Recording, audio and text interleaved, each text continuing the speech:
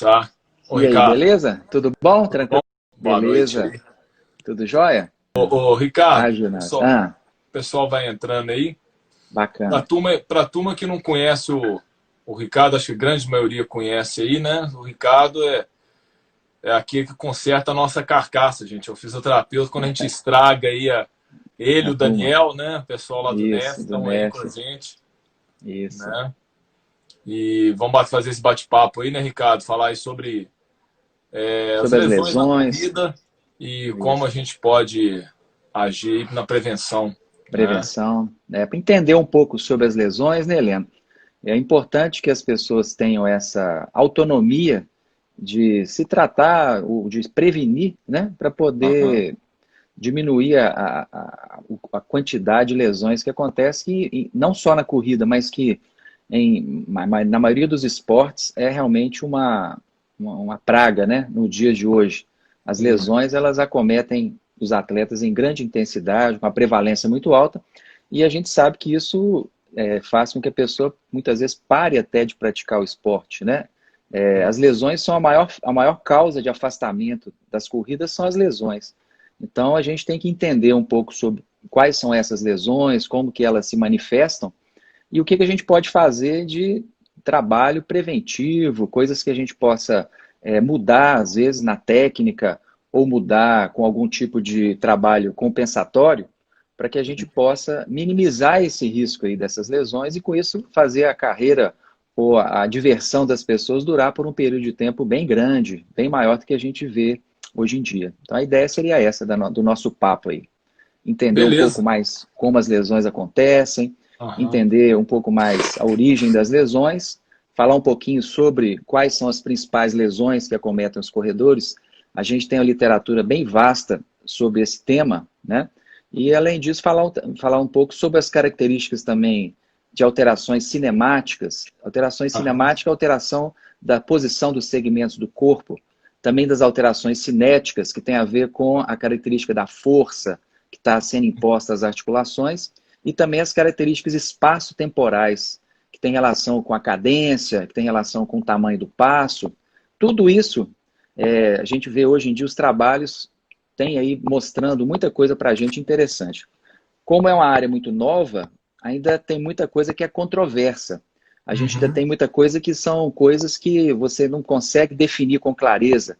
As evidências científicas ainda são, em certas situações, meio controversas, meio não definidas completamente. Mas já dá para a gente ter bastante ideia de realmente o que pode ser feito para prevenir, o que pode ser feito para minimizar as lesões, e daí isso vai ajudar no treinamento também, vai ajudar vocês, treinadores, e os Uhum. corredores a se machucarem menos. A ideia da nossa live, então, hoje é essa, né? Perfeito. Ricardo, só uma Oi. coisa, a questão, nós estamos falando de lesão, existe estatisticamente aí quanto de lesão atinge, independente do tipo de lesão, atinge o corredor hoje? Tem alguma Sim, ideia sobre isso? sim, a gente tem vários trabalhos mostrando. Varia, né? Tem um trabalho que eles fizeram com 4.385 corredores, tá? E em torno de 45, 46% tiveram algum tipo de lesão. Então, a É muita lesão, ela coisa, né? varia, é muita coisa. Ela varia, na maioria dos trabalhos, de 19,4% até 79,3% dos corredores que praticam atividade que têm lesões. E interessante que os atletas novatos, como eles não têm ainda muita experiência, eles não têm aquele calejamento, né, que vocês têm, eles acabam sofrendo uma quantidade maior de lesões do que os atletas mais experientes e até mesmo que têm uma carga de treinamento maior. E o atleta mais novato, ele tem essa possibilidade. E a gente faz também, na característica da epidemiologia das lesões do esporte, a gente faz também relacionando o número de horas que a pessoa desenvolve corrida e quantas lesões que acontecem por hora, né, por 1.000 horas. Então, é mais ou menos em torno de 17,8% em corredores novatos. A cada 1.000 horas, as pessoas têm 17,8 lesões, não por cento, lesões. E recreacionais, pessoas que têm um pouco mais de carimbo, de tarimba, 7,7%. Aham. 7,7% lesões a cada 1.000 horas de corrida. Então, é Isso. uma quantidade bem razoável, né? Até 79% determinado tipo de atleta, ou pessoas, né? Determinado tipo de característica física e de Aham. treinamento podem desenvolver lesões. Então, é muita gente, é bastante, Muita gente, né? É o que a gente bastante. vê realmente na prática, né? É o que Sim. realmente a gente vê na nossa prática diária. Esse número é realmente bem acentuado em relação às lesões. É interessante uma comparação, para vocês terem ideia, a corrida ela tem um grau de lesão muito parecido com o CrossFit. Então, se você imaginar que a gente muitas vezes tem aí o CrossFit como atividade que lesa bastante, a corrida ela é basicamente comparada ao CrossFit em relação à prevalência de lesões. Então, é um esporte que realmente machuca. É bom, tem as vantagens, tem todo o ganho de capacidade aeróbica, de benefícios cardiovasculares, mas a gente tem que tomar muito cuidado porque machuca. Realmente é um esporte que tem um grau alto de lesões, né? Entendi.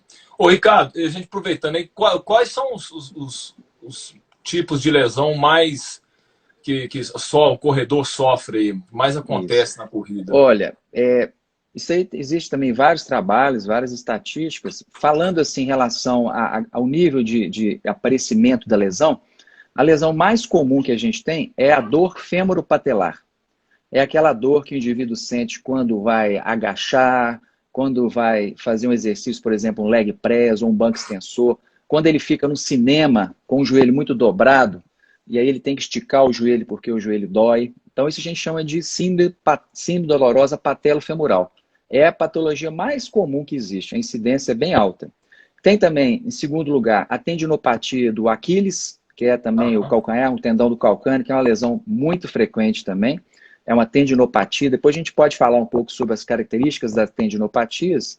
A live é pequena. Cada patologia dessa, ela dá uma live, É, né? Porque é sim. muito complexo. Mas a gente pode comentar, dependendo das dúvidas que as pessoas tenham também, a gente pode entrar em detalhes, né? Tá. Existe também a terceira patologia mais frequente, é a síndrome do estresse tibial. É aquela famosa canelite, né? Que tem a ver com a dor na parte medial da canela, da tíbia, né? A tibialgia. É uma Aham. patologia que é causada por também problemas no tendão. Ali a gente tem o tendão do tibial posterior que passa ali, o tendão dos flexores. Ali você tem também a região muito o próprio osso, né? É uma região comum da gente ter as fraturas por estresse. É uma região também bastante frequente a gente encontrar fraturas por estresse que são de risco, de alto risco na região da tíbia. Então é a terceira patologia. A quarta é a famosa fasciite plantar, aquela dor que a gente tem na sola do pé, quando você acorda e coloca o pé de manhã e dá aquela fisgada na região do calcanhar, muito provavelmente você tem uma fasciite plantar, que é um processo degenerativo, um processo muitas vezes de estresse, como se fosse uma degeneração da fáscia plantar, que é como se fosse um tendão que a gente tem, tecido conjuntivo que a gente tem na sola do pé.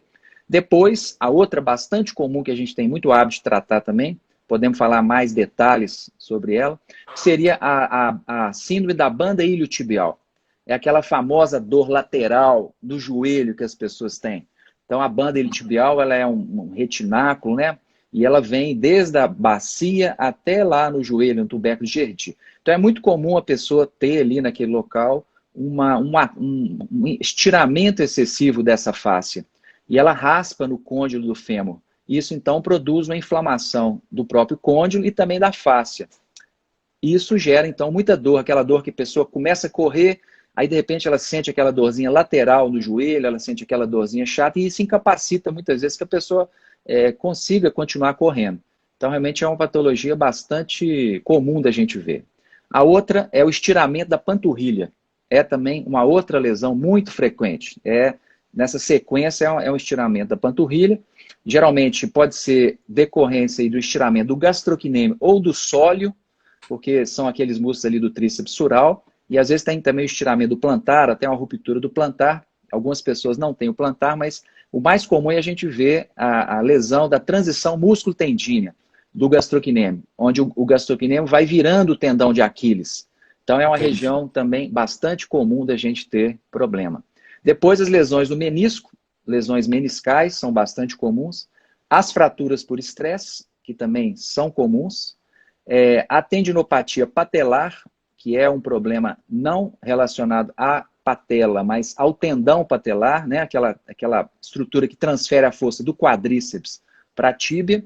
E por último, as lesões no glúteo, principalmente o glúteo médio, que é um músculo bastante acometido, que é dá aquela dor lateral no quadril, muitas vezes associado também a uma bursite, né? Uma inflamação, um processo ali da bursa.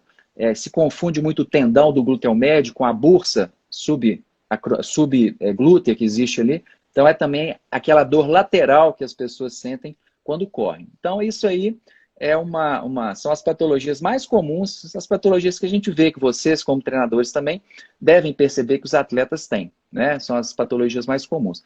Lembrando aí que o estiramento muscular, ele acontece também. O mais comum é o estiramento na panturrilha, mas você pode ter estiramentos dos isquios surais, dos músculos posteriores da perna, você pode ter aquela famosa tendinopatia na inserção dos isquios surais, que é bem na tuberosidade isquiática, ali onde a gente senta, que dá aquela dor quando a pessoa senta e já sente aquela dorzinha lá na região glútea. Isso também é uma patologia bastante comum da gente ver, tá?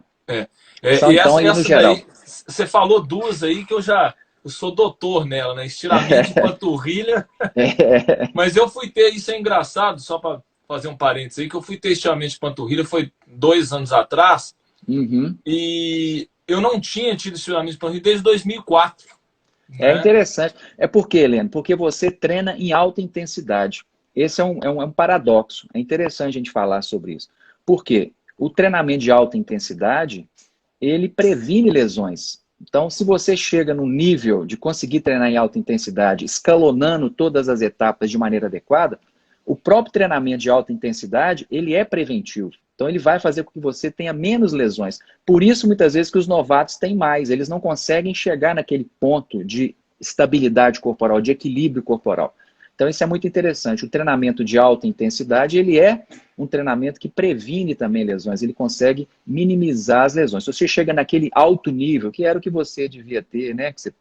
Quando o seu alto nível de treinamento, isso é também uma fonte de prevenção de lesões. Você está me colocando no nível mais baixo agora, Ricardo? Aí você me pegou, pô.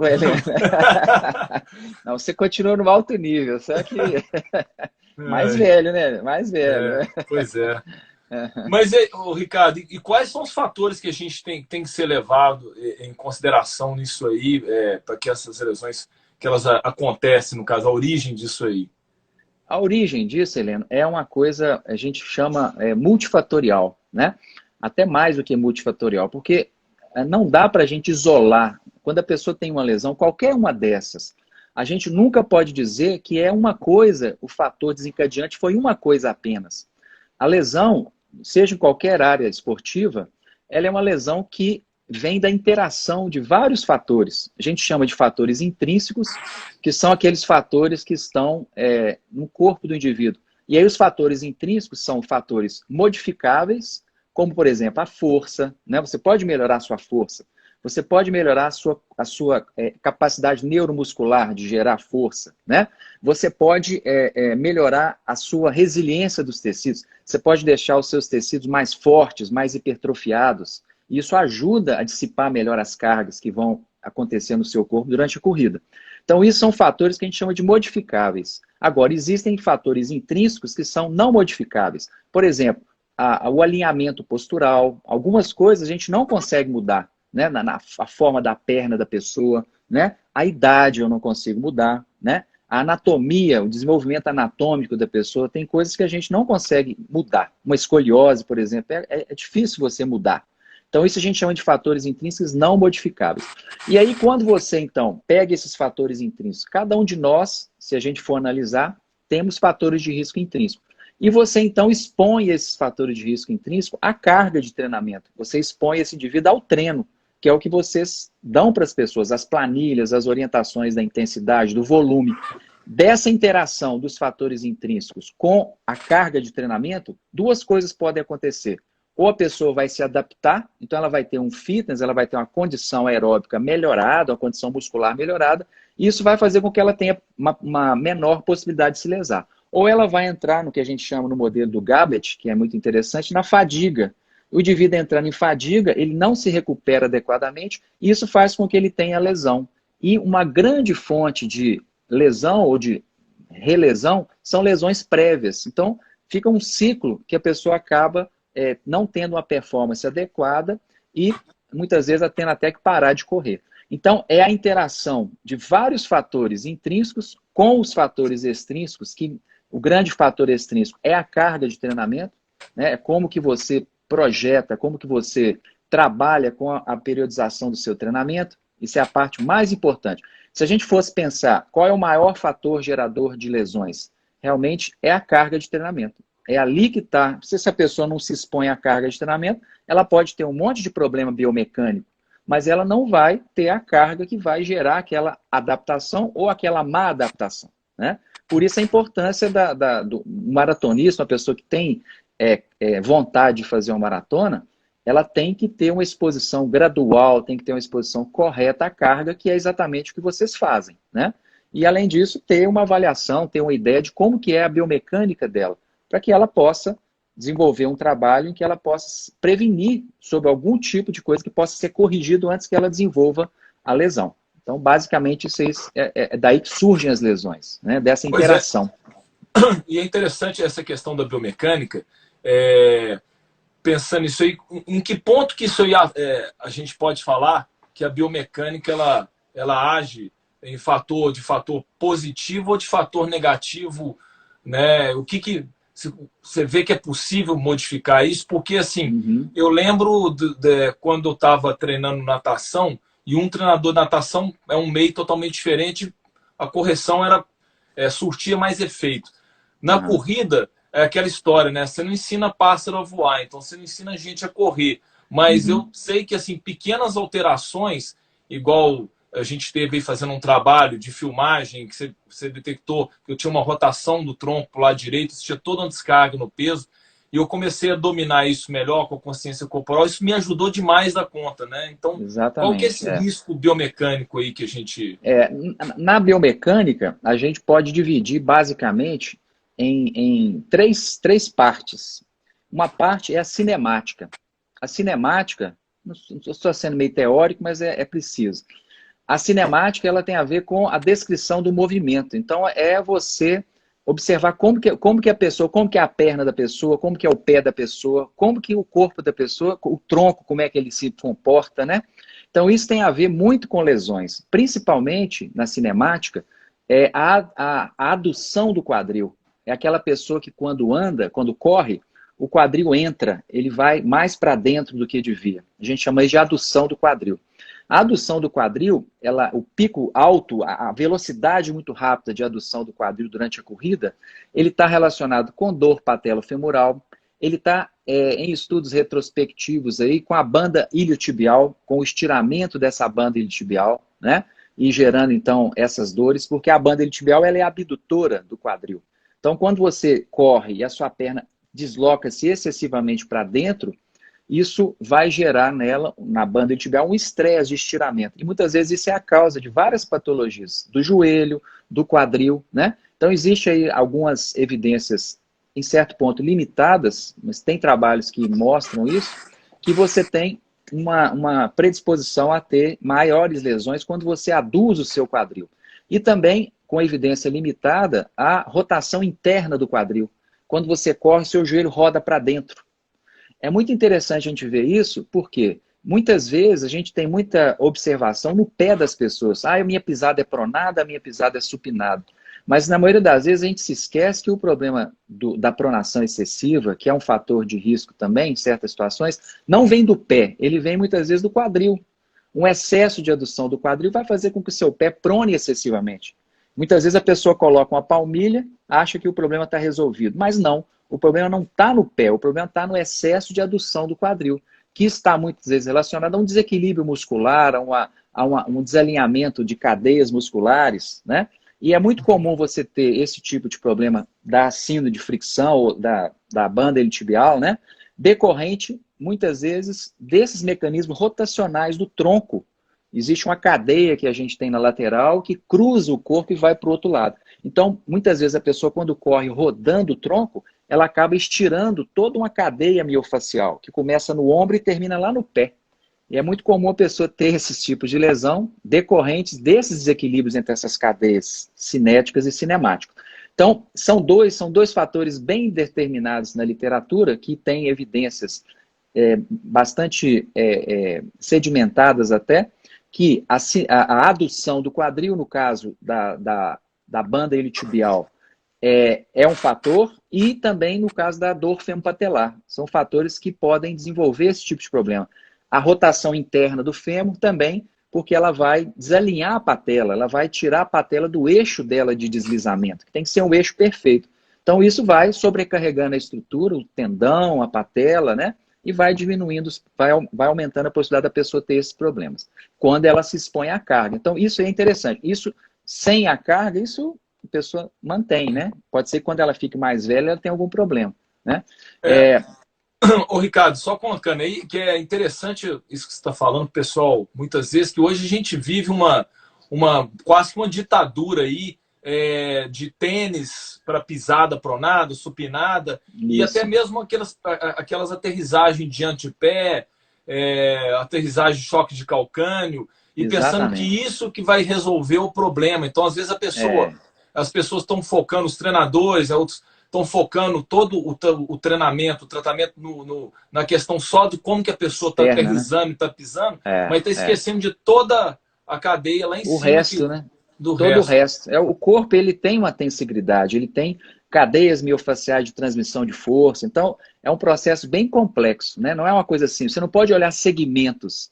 Eu não posso, como fisioterapeuta, ser especialista em pé. Eu não posso ser especialista em joelho, eu não posso ser especialista em quadril, em coluna, porque é tudo interligado. O indivíduo, ontem mesmo nós avaliamos um atleta juntos, né?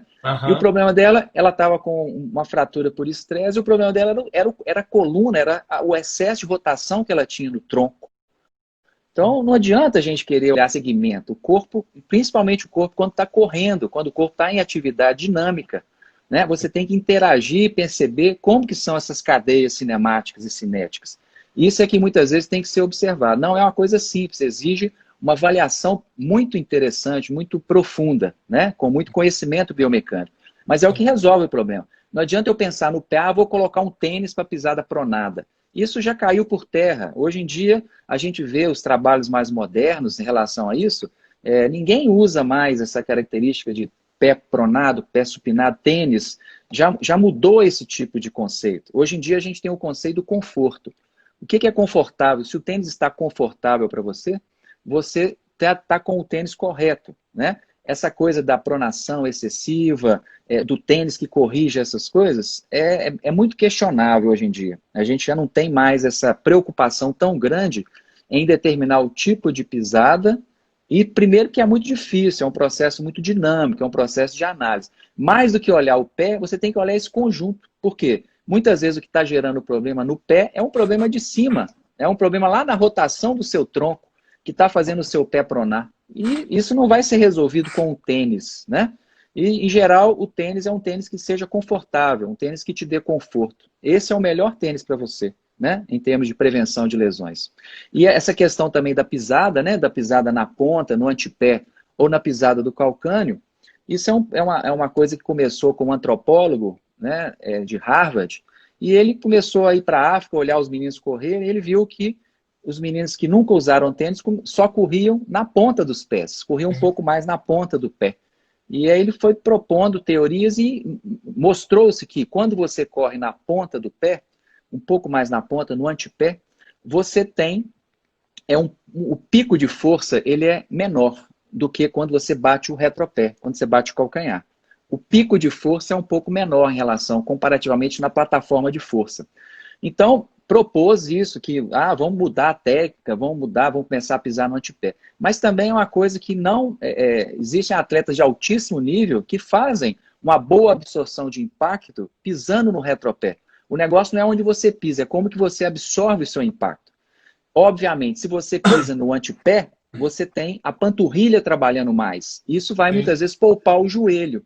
Então, um atleta, né, que tenha um problema, que precise ser corrigido, uma pessoa que tem um problema na patela, um problema no tendão patelar, que o negócio não está bom, você pode até tentar mudar um pouco essa técnica, fazer com que a pessoa pise um pouco mais no antepé, Porque isso vai minimizar a força no joelho e vai aumentar a força na panturrilha. Mas a pessoa precisa de ter uma panturrilha muito mais fortalecida. Então é interessante fazer previamente o fortalecimento da panturrilha. Então pisar no retropé ou pisar no antepé não mostrou aí uma solução para todos os problemas. Para problemas específicos, que a gente tem muitas vezes que customizar a técnica de corrida da pessoa na tentativa de aliviar o estresse em determinadas regiões, como, por exemplo, o joelho. Isso já é bem determinado, né? O joelho aí, no caso aí, o choque de antepé vai ser Não. melhor, né? Melhor, porque a panturrilha trabalha, porque a carga, ela não acaba, né? Não acaba a carga, você só modifica a distribuição da carga. Então você tira a carga que iria para o joelho, você começa a jogar a carga para o tornozelo. Então isso gera uma mudança de carga, né? Então isso é uma coisa interessante. Outro fator cinemático que a gente está comentando aqui é aquela pessoa que tem um pico, um baixo pico de flexão do joelho. É aquela pessoa que corre e o joelho não dobra. Ela corre com o joelho totalmente esticado, ela não amortece o impacto com o joelho. Isso é outro fator cinemático também que está muitas vezes relacionado a problemas no Aquiles. Porque se ela não absorve a força com o joelho, ela vai absorver com o Aquiles, né? Então, existe essa característica das pessoas que dobram pouco o joelho terem maior possibilidade de terem tendinopatia de Aquiles. Isso a gente consegue avaliar, a gente consegue ver isso com bastante eficácia. E outro fator cinemático é a rapidez com que a pessoa everte o joelho. É a rapidez com que a pessoa vira o tornozelo para fora, que seria um componente da pronação, né? Um componente daquele mecanismo da pronação. Então esse também é um fator que a gente vê na literatura com alguns evidências conflitantes, alguns artigos falam uma coisa, outros falam outra, mas ele também é citado como um fator importante para prevenir lesão. Tá? Essa pronação muito rápida, né? Essa velocidade muito grande de pronação. Isso é uma característica cinemática também que vai predispor o indivíduo a ter lesões, né? E, Ricardo, você falou dessa parte, eu achei interessante essa questão da extensão da perna aí. Como é que seria um processo aí de correção disso, ou isso é muito difícil de mexer? Não é difícil. Isso aí, Helena, muitas vezes tem a ver com o tamanho da passada, tem a ver com a cadência, né? Que o indivíduo está correndo. Às vezes o indivíduo está fazendo uma passada muito longa, né? Às vezes ele está tendo uma cadência muito pequena, muito baixa. Isso é outra característica aí do movimento que a gente tem que pensar, que são as características espaço-temporais, que a gente chama. É o espaço e o tempo. Então, uma das coisas que machuca as pessoas, primeiro, é fazer uma passada muito longa. Então, quando você aumenta a sua velocidade, em vez de você aumentar a cadência, você aumenta o tamanho da passada. Isso vai predispor a um impacto maior, né? Você vai ter uma necessidade de uma oscilação vertical maior.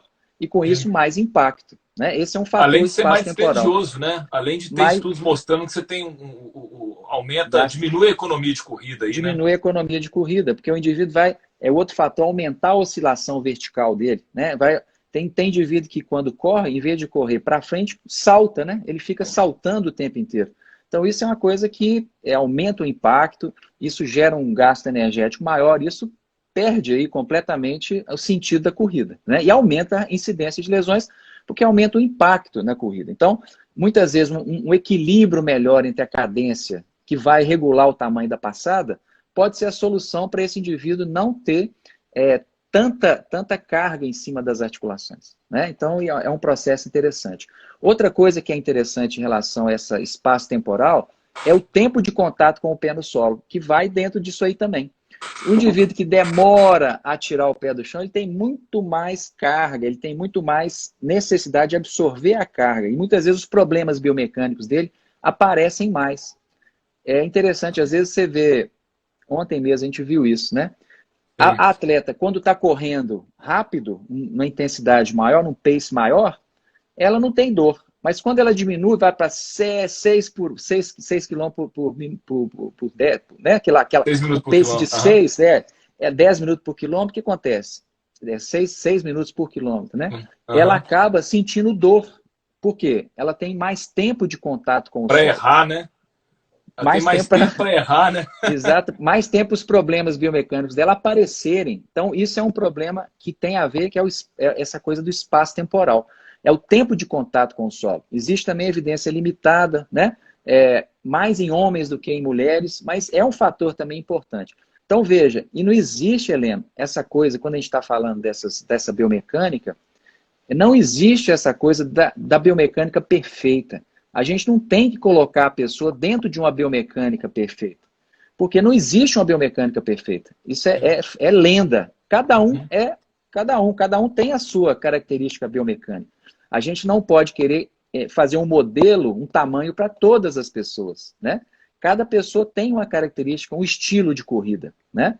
Só que a gente pode dar determinados detalhes, analisar determinados detalhes que vão fazer com que haja menor impacto, que haja melhor eficiência mecânica, né? Que haja menor estresse na musculatura. E isso muitas vezes é um pouquinho que faz a pessoa não mais faz a diferença. Ela acaba não se lesionando por causa disso, né? E a gente consegue interferir.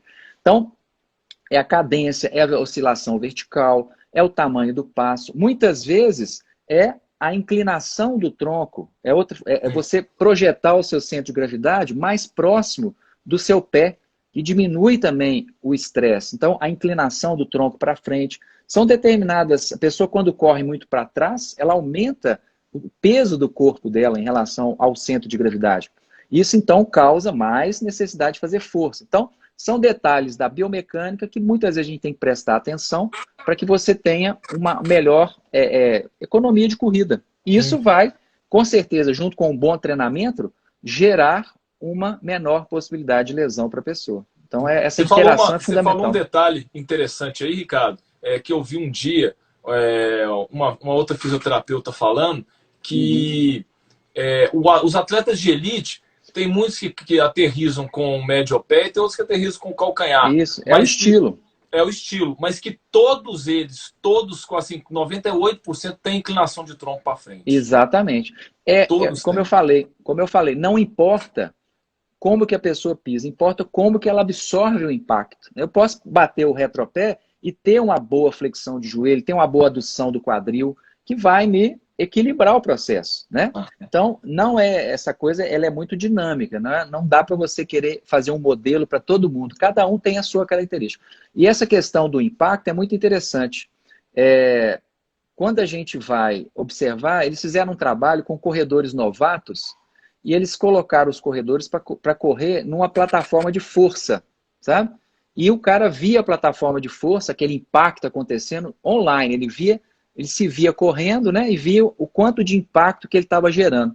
E eles pegaram dois grupos, um grupo que não tinha, né, orientação nenhuma e o outro que tinha a plataforma de força orientada para diminuir a oscilação da plataforma, para diminuir a curva, né, fazer com que houvesse menos impacto. E reduziu-se em torno de 60% das lesões nesse grupo de atletas jovens, iniciantes, daqueles que fizeram o treinamento de diminuir a impactação com a técnica de amortecer mais o corpo. Eles não pediram nada, eles não orientaram mais nada. Só que o cara via o tanto de impacto que ele estava gerando no chão na hora que ele estava correndo.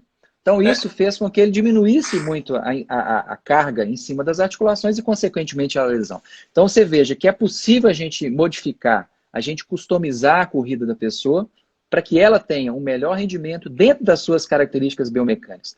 Não querendo enquadrar a pessoa, você vai pisar no antepé, você vai fazer isso e aquilo, por quê? Cada um tem uma característica. E esse feeling que é o diferencial, né, em relação às lesões.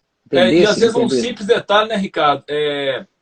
Por exemplo, que eu falo, tem um atleta que eu tenho que a pessoa é magro e tudo, mas parece que tá correndo uma cavalaria, tá batendo o pé exatamente. No chão. Isso. Isso aí ele tem uma predisposição maior, tem uma fratura por estresse, né? Sim. Ele não está absorvendo bem a carga. E simplesmente isso pode ser trabalhado através de um biofeedback. Ele ver ali como que ele está correndo, ver muitas vezes, até a oscilação vertical mesmo, a gente faz isso na clínica. Você coloca o cara para correr, tem uma oscilação vertical de 11, 12, ele pá, pá, pá. Então, à medida que você trabalha essa diminuição desse impacto, isso diminui excessivamente, diminui muito a possibilidade dele ter algum tipo de lesão. Então, é muito legal, né? É interessante o fator biomecânico, ele pode, quando ele está errado, ele pode diminuir, né, a habilidade do indivíduo em tolerar um aumento de carga. Então, à medida que Olha, você tem uma biomecânica ruim, você diminui a sua capacidade de absorver a carga, de dissipar a carga. E isso é que é fundamental da gente resolver, né? Porque muitas vezes não adianta você ter um treinamento maravilhoso, todo programado, com todos os controles da carga interna, da carga externa, todas as variáveis, se o indivíduo muitas vezes tem essa alteração biomecânica que às vezes é uma coisa simples, né? Às vezes é só você dar uma simples orientação para ele e aí resolve-se o problema, né? Ô, Ricardo, só um parênteses aí nessa questão de absorção de carga e de choque.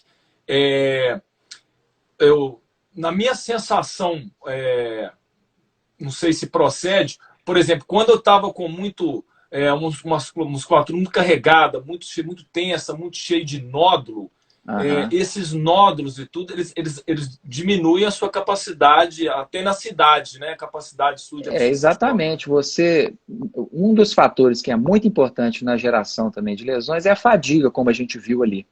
A fadiga, ela diminui a capacidade de absorção de impacto. Ela altera o controle neuromuscular. Então, se você está fatigado, você tem mais predisposição a ter uma lesão, a ter um estiramento, porque você não está absorvendo a carga e dissipando a carga de maneira adequada.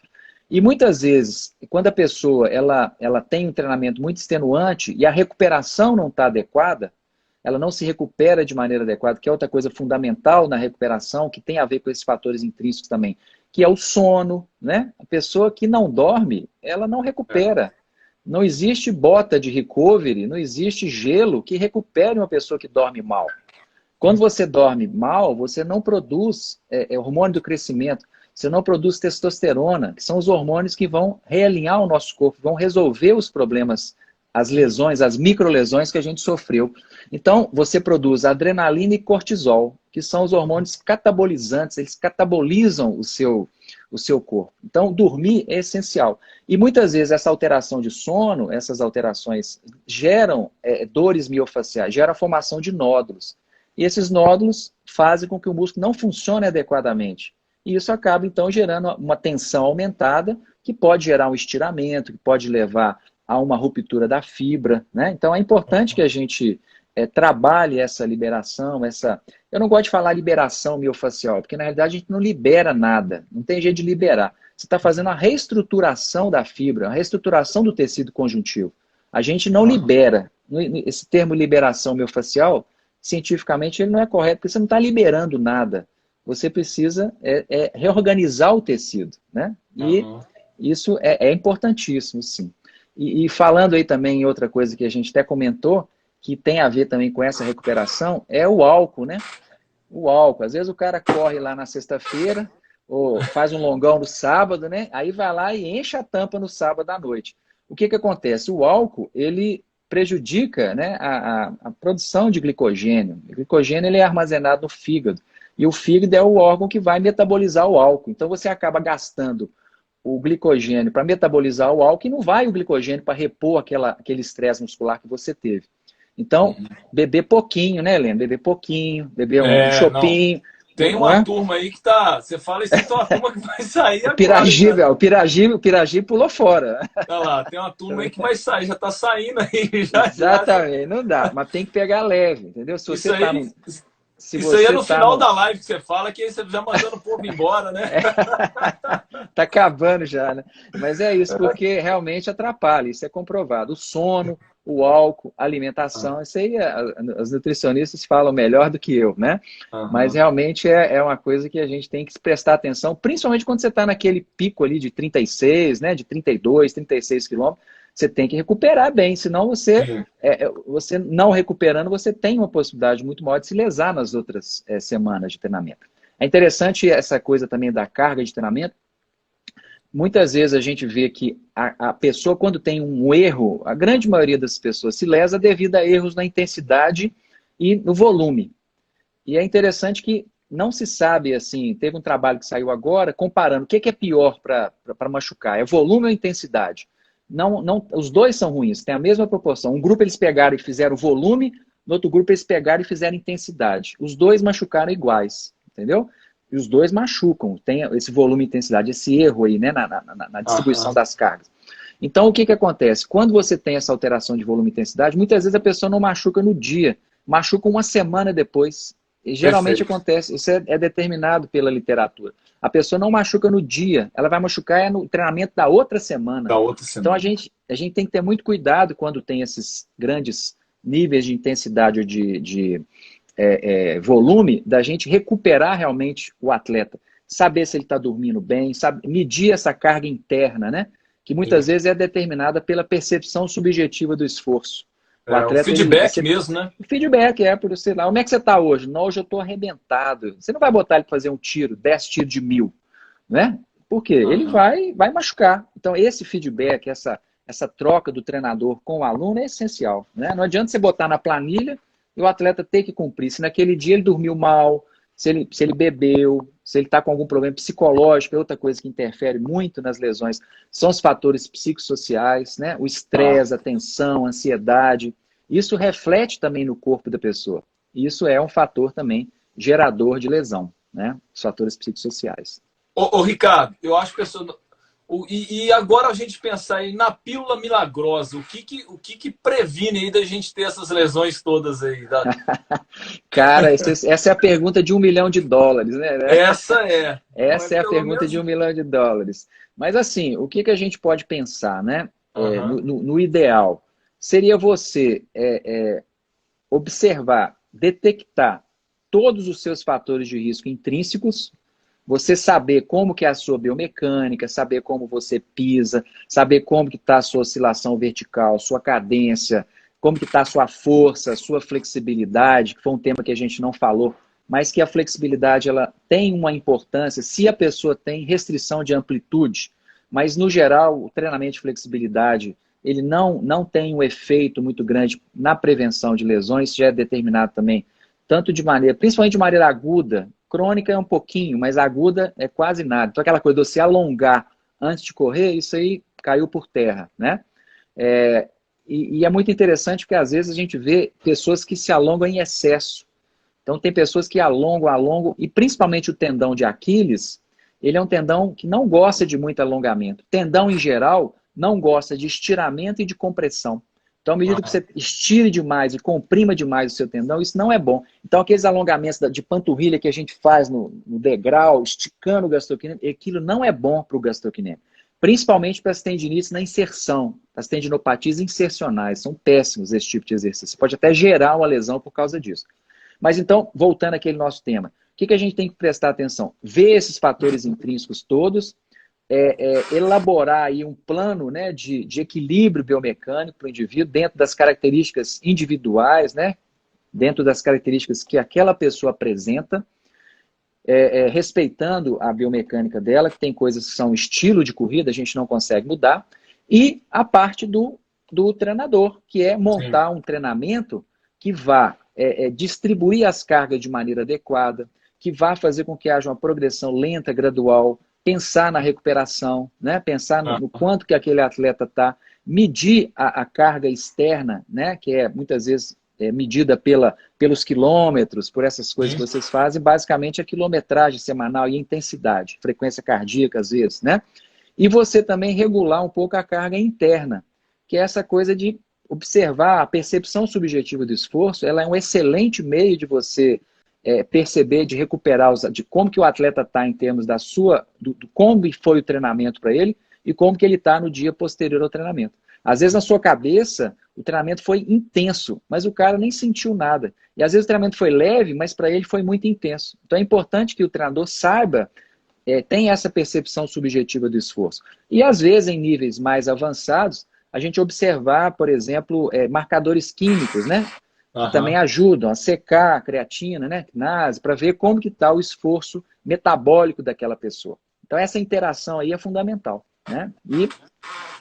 E olhar a questão intrínseca e extrínseca e tentar chegar no equilíbrio, no trabalho integrado, né?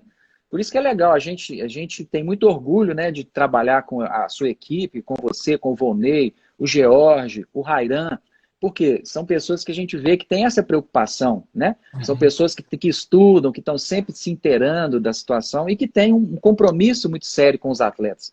É uma grande honra para a gente lá do NEF, para mim, para o Daniel, Alexandre, a turma toda lá, ter a oportunidade de trabalhar com vocês, porque a gente vê que existe essa preocupação, que existe essa integração. Então, isso aí para a gente é fundamental, né? Não, sem dúvida, Ricardo, para a gente também essa parceria é excelente, tá? E falando ainda nesse caso aí das lesões, eu ia te perguntar, assim, uma coisa que ao longo dos meus 25 anos aí, que eu fiz triatlon e depois entrei para corrida, educação física, pós-graduação, e uma coisa que eu confesso que eu sempre tive muita dúvida é quanto ao treinamento de força, né? Quando se tem realmente o treinamento de força, ele tem transferência para a corrida em termos de ganho de... não vou nem falar em ganho para você poder correr melhor, mas eu falo em termos de prevenção de lesão. Se aquela musculação tradicional de academia, de máquina, qual que é a sua posição aí? Se ela transfere para a corrida, para o nosso campo de treinamento A gente ou não? vê o Como é que é? seguinte, a gente chama isso... Eu não sei se eu deixei de falar do Volney. Deixei de falar do Volney? Não, o Vonei falou. Eu falei do Volney? É porque o Daniel Falou. escreveu aqui Volney. Eu não sei se você está Não, querendo porque ele namorar com o deve Volney, o estar que que é? brincando com o Vonei. Ele falou, acho que eu esqueci. Será que eu esqueci do Volney? Não, não é possível, né? Mas é o seguinte, o treinamento de força, ele tem a sua importância. Na nossa opinião, estou falando isso lá pelas ideias, né, do Fernando Lima, que é o responsável pelo laboratório de musculação e responsável pelo curso de especialização em musculação da Federal. Uma pessoa muito séria, estudioso, uma pessoa que trabalha com pesquisa nessa área. A gente vê o seguinte, o treinamento de força, ele vai deixar o seu músculo mais preparado para absorver carga. Uma das grandes causas de lesão, principalmente lesão muscular, é falta de força excêntrica. Tá? A falta da força excêntrica. Obviamente, a gente consegue treinar várias habilidades durante a corrida, vários tipos de força. Você pode treinar força explosiva, você pode treinar força de resistência durante a corrida. Mas, no período básico, eu acho que é fundamental que a gente trabalhe um fortalecimento na musculação. Isso é demonstrado, vários trabalhos mostram que o treinamento, não quando você estiver no pico da corrida, mas a base ela é importante, porque ela vai deixar a sua fibra muscular mais resistente, ela vai entrar em fadiga com menos intensidade. Você vai conseguir desenvolver um trabalho nas fibras de contração lenta, você vai dar mais resistência para as fibras de contração lenta. Você vai deixar suas fibras mais adaptadas. Então, isso vai fazer com que você entre mais tardiamente em fadiga. Isso vai ajudar você a absorver carga e vai evitar que haja estiramento das suas fibras. Então, a gente tem essa ideia bastante importante do treinamento que seja complementar. E, principalmente no nosso caso, na fisioterapia, às vezes é necessário que você faça um trabalho individualizado para um determinado músculo. Como eu falei com vocês, nosso corpo funciona em cadeia. Mas, às vezes, um elo da cadeia está fraco. Não adianta eu querer fortalecer o elo todo, porque aquele elo vai ser o ponto fraco. Antes de fortalecer o elo todo, eu tenho que fortalecer aquele elo deficiente. Daí o treinamento de musculação ele pode ser importante, né? Você trabalhar separadamente um glúteo médio, você trabalhar o isquiosural, para depois você, numa outra fase, colocar aquele cara no treinamento de alta intensidade, porque você já preparou o músculo dele para integrar aquela cadeia, aqueles elos da cadeia cinética, né? Então você equilibrou a cadeia cinética dele. Então eu acho que existe realmente essa importância do treinamento de força. E existe também a importância do treinamento na pista. A integração disso aí é fundamental. E tudo vai depender da hora, do momento. Não adianta eu dei fiz 36 quilômetros, uma semana depois eu fazer um treinamento de força máxima com esse cara. Né? Então, isso aí é a parte de vocês que é a periodização. É você entender a recuperação, que é o fundamental do treinamento. Né? Se encaixe. Inclusive, isso também é outra coisa que... uma vez também eu conversei com o Daniel e eu sempre tive muita dúvida, a gente sempre debateu isso muito lá. Por exemplo, numa periodização, num treinamento de maratona, que você tem grandes volumes, para atletas que fazem mesmo 4 sessões por semana, mas vamos colocar 5 sessões. ele faz uma sessão num dia, e no dia seguinte é uma sessão leve, e no outro dia, então ele tem sempre 48 horas para poder para uma nova sessão. Então ele faz 3 treinos de qualidade. Isso. Onde que você vai enquadrar um trabalho de força e que Eu tipo de acho trabalho de que força que você vai conseguir fazer ali, eu né? acho que isso aí é como eu te falei, não é a minha especialidade, isso é mais de Aham, vocês. Mas como eu sou curioso, eu tenho ideias, não sei se são as ideias mais corretas. Outras coisas eu sei mais. Essa aí eu aham, imagino que seja o seguinte: você obviamente não vai colocar um treinamento de força máxima, de força de resistência, um treinamento de força de resistência, depois que o cara fez 36 quilômetros, faz sentido. Né? uhum. Talvez um treino de força máxima, um treino de força máxima, para ele poder desenvolver uma coordenação neuromuscular maior, né? Alguma coisa que vá desenvolver uma capacidade maior de absorver carga. Mas isso aí é a parte de vocês, aí eu não me meto nisso. Isso aí é uma Entendi. questão que eu acho que Não, vocês isso, sabem isso muito é uma mais do que coisa que nós. isso eu confesso, Ricardo, que isso é uma É. coisa que eu venho convivendo com esse dilema há muito tempo. E eu ainda não. Pegando assim, eu sempre gosto de comentar que a gente sempre pega os melhores, né? Então, quem Uhum, são os melhores corredores do mundo hoje? São as pessoas, os corredores do leste da África, Quênia, uhum, Etiópia, isso. e ver como que eles estão treinando. Uma coisa de fato é que lá eles não. Eles fazem, eu até vi o vídeo do Kipchoge fazendo treino funcional com elástico e tudo, mas dificilmente eu vi ele fazendo muita carga, né? É, Então, essas coisas eu acho que é o treinamento concorrente, né, que a gente chama. Mas existem evidências que o treinamento concorrente ajuda, tá? Ele favorece uma série de características. Por exemplo, no caso, fortalecimento do core. Isso diminui a oscilação. No indivíduo que corre oscilando, se você desenvolve força no core, você vai estar diminuindo a sua oscilação, diminuindo essa perda de energia. Se você melhora a força das pernas, você melhora a absorção de impacto, né? Então isso vai depender muitas vezes, eu acho que não de que seja uma coisa que deva ser desprezada, vai depender de que momento que você vai usar isso na sua periodização. Às vezes você vai fazer isso no período básico, em que o indivíduo vai ter realmente um tempo menor, né? Um polimento menor na técnica e na intensidade no volume, mas vai ter ali um tempo para ele desenvolver capacidades físicas, como a força perfeito. explosiva, o treinamento pliométrico, que isso vai preparar o corpo dele para que ele possa depois desenvolver um treinamento que ele talvez nem precise mais fazer aquele treinamento básico, que ele já está treinando isso no próprio treinamento que você está passando para ele. Né? No próprio treinamento muscular na corrida, ele já adquiriu as capacidades que você deu lá no período básico para ele. Então, eu acho que é por aí. Tá? Eu acho que o indivíduo precisa de treinar força, não no momento da corrida, não no momento do Uhum. pico de 36, de 40, 36, 32 quilômetros, mas no período básico, onde vai adquirir as capacidades motoras para que ele possa utilizar isso na hora que ele precisar. Isso vai dar para ele mais resistência, isso vai dar para ele mais capacidade de absorção de carga, isso vai dar uma biomecânica melhor para ele. E aí, eu acho que Agora, essa integração.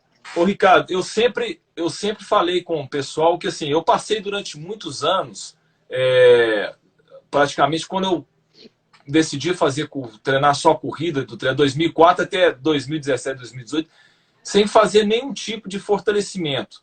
Né? E eu sempre brinquei com o pessoal que o fortalecimento da corrida, no meu caso, eu acredito nisso, não sei o que você pensa, que é o treinamento de alta intensidade, né? Que é o que a Exato, é própria o que eu te corrida falei. é É o aquilo que eu te tiro falei. curto, né? Treinamento de alta intensidade, ele é preventivo. Se você conseguir treinar em alta intensidade, você não precisa nem fazer outras coisas, mas você está no nível que você tem a prevenção das lesões decorrentes justamente do seu desenvolvimento de força, que é coisa melhor do que correr, para treinar corrida do que correr, né? Mas isso, eu acho que isso não inviabiliza Sim, em sim, determinados claro. momentos você treinar a Perfeito, força, né? Que eu acho que é fundamental também, tá? perfeito. Existe literatura que embasa isso aí, sabe? Esse treinamento concorrente, com bons efeitos em relação ao treinamento e à prevenção de lesões, né? Eu quis colocar isso porque, assim, muitos atletas, muitos alunos que eu vejo, não só da gente, mas com outros, tem muito medo de treinar intensidade. Eu acho que o treinar intensidade, você vai preparando o seu corpo para chegar a conseguir fazer aqueles tiros curtos, Exatamente. que ele acaba sendo um fortalecimento até. você fazer tiros curtos, assim, 40 metros, né? 60 metros. Você não vai usar aquilo nas corridas longas. Mas é uma boa forma de você trabalhar seu core, né? De você trabalhar toda essa parte. Sem dúvida. Mas é o que eu falo. O indivíduo tem que ter isso já, porque se o indivíduo não tem e você passa isso para ele, ele acaba machucando. Ele tem que adquirir isso, né? Seja correndo, se ele tiver isso já equilibrado, seja correndo, ou seja lá, né? Ou seja antes, entendeu? Porque é muito comum, não precisa trabalhar abdômen, porque abdômen você trabalha fazendo as coisas do dia a dia, você está trabalhando o seu core. Mas às vezes o indivíduo não usa a musculatura da maneira correta, às vezes ele tem uma inibição, ele tem uma fraqueza, uma fragilidade. Então antes de você colocá-lo para fazer um tiro de 40 metros, ele tem que ter o equilíbrio, ele tem que ter estrutura equilibrada. E a gente consegue avaliar isso, né?